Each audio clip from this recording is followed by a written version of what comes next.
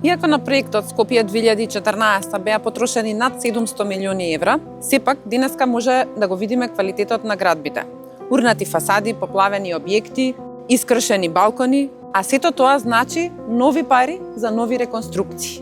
Целиот тој проект практично беше, така да кажам, едно мало враќање во неколку века наназад. Ние одлучивме во 21 век да го примениме тој систем. И нормално тие не се оригинални барокни фасади, значи тоа е некаква имитација со некакви материјали кои што се, да речам, не така трајни како што нели тогаш што се користеле биле каменот, не знам, мермерот, не знам, тулата и така натаму. Одредени конструктивни штети можеме да имаме, особено на објектите кои што се доградби, надградби и слично.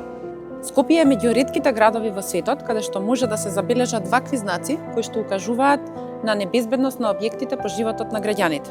Ние веќе гледаме дека во минативе неколку години имавме паѓање на фасади и практично она што не е изведено квалитетно и добро паѓа од објектите, односно се одделува од нив.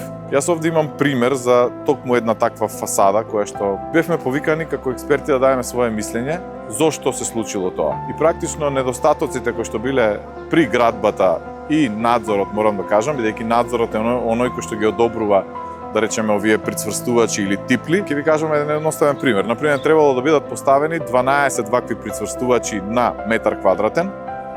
Ние установивме дека биле поставени само 5.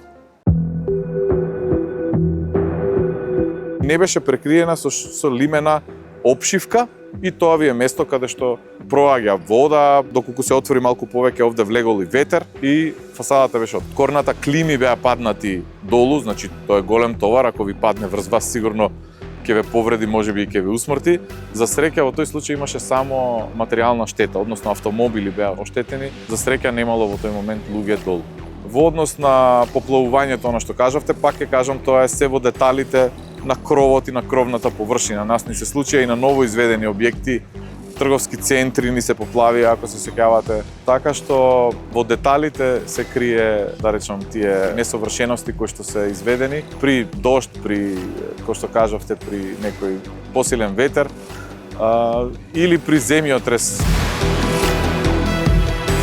И овие минативе неколку недели фасади кои што паѓаат, претпоставувам дека се должи на неквалитетната изведба и неквалитетното нивно прицврстување за објектот. И во овие случаи, значи, се поставува прашањето чија е одговорност.